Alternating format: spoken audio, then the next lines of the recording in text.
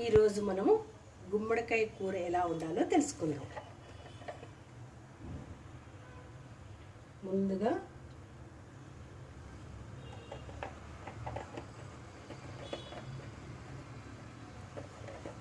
నూనె వేసుకోవాలి.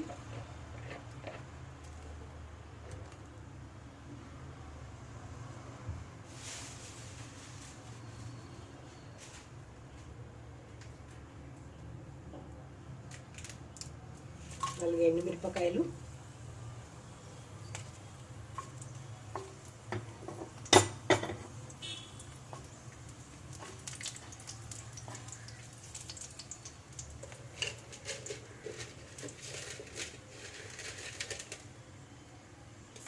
ఆవాలు, జీలకర్ర, శనగపప్పు.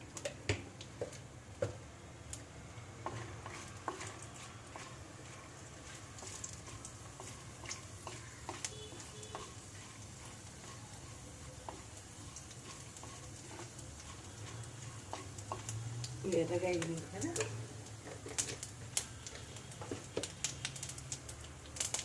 తర్వాత కరివేపాకు,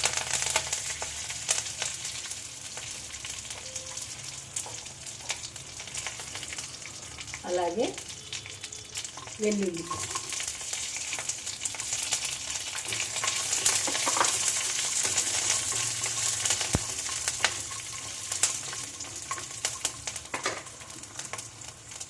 రెండు ఉల్లిపాయ ముక్కలు,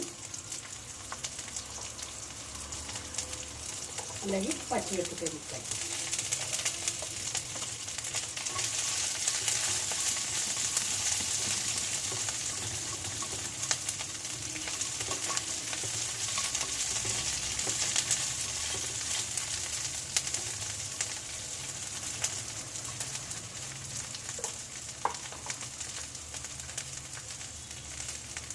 ఇలా కొంచెం వేగనివ్వండి.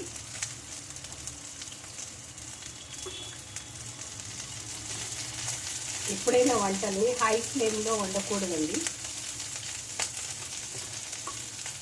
మీడియంలో పెట్టాలి.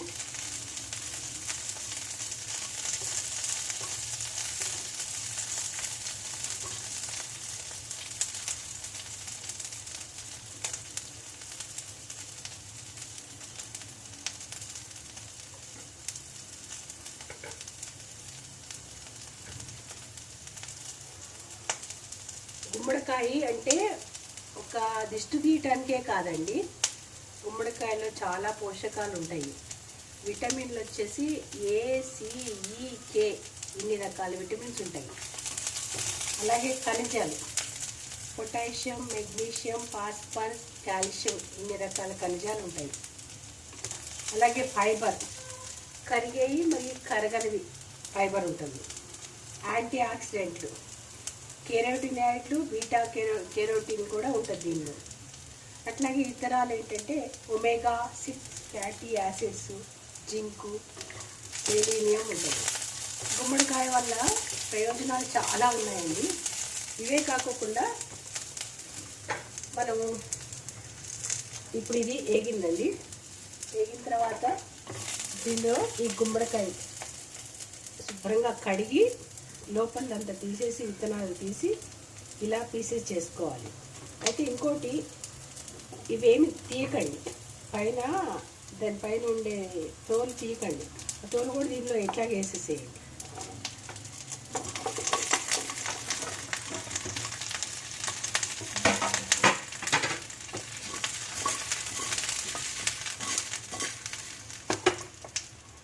వేసిన తర్వాత దీనిలో ఒక స్పూన్ పసుపు,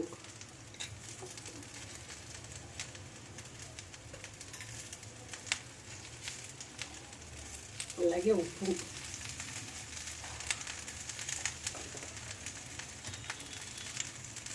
అలాగే కారం ఒక స్పూన్.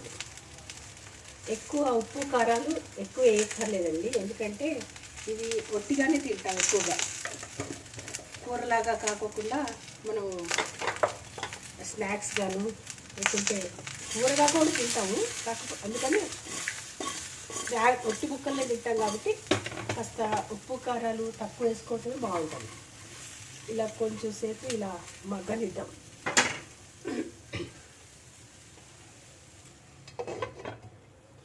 లో ఫ్లేమ్ మీద ఒక 5 నిమిషాలు ఇలా ఉంచుదాం. ఒక 5 నిమిషాల తర్వాత చూద్దాం. ఇలా అయింది కదా. ఇప్పుడు ఏం చేద్దామంటే బెల్లం కొంచెం ఎక్కువ వేసుకోవాలండి. ఇది 1 కిలో పైన ఉన్నాయి కదా ముక్కలు. ఒక 200 గ్రామ్స్ బెల్లం వేసాను.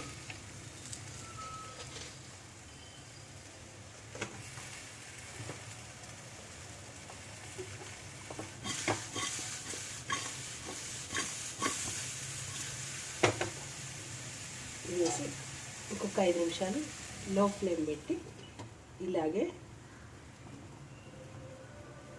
ఉంచుదాం. 10 నిమిషాలు అయింది. ఇప్పుడు చూద్దాం.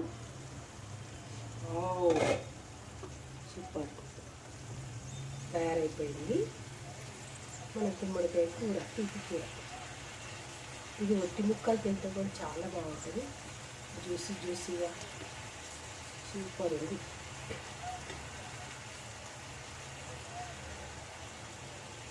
గుమ్మడికాయ వల్ల ఆరోగ్యానికి చాలా ప్రయోజనాలు ఉన్నాయండి. బరువు తగ్గటం, క్యాన్సర్ నివారణ, చర్మ ఆరోగ్యం, గుండె ఆరోగ్యం, రోగ నిరోధక శక్తిని కూడా పెంచుతుంది. కంటి చూపు కూడా మెరుగుపడుతుంది. కాబట్టి మనం ప్రతిరోజు ఆహారంలో గుమ్మడికాయని కూడా చేర్చుకుంటే మంచిది. గుమ్మడికాయని ఇలా కూర చేసుకోవచ్చు, సాంబార్లో వేసుకోవచ్చు, హల్వా చేసుకోవచ్చు. ఇట్లా రకరకాలుగా మనం గుమ్మడికాయని యూజ్ చేసుకోవచ్చు. కాబట్టి వాతము అది ఇది అంటారు చూడండి, అది రాంగ్. వాతము అసలు గుమ్మడికాయకి వాతానికి సంబంధమే లేదు. ఇంకోటి బోన్ డెన్సిటీ కూడా బాగా పెరుగుతుంది. ఆర్థరైటిస్ అలాంటివి ఏమన్నా ఉన్నా కూడా అవి కూడా గుమ్మడికాయ వల్లే. గుమ్మడికాయ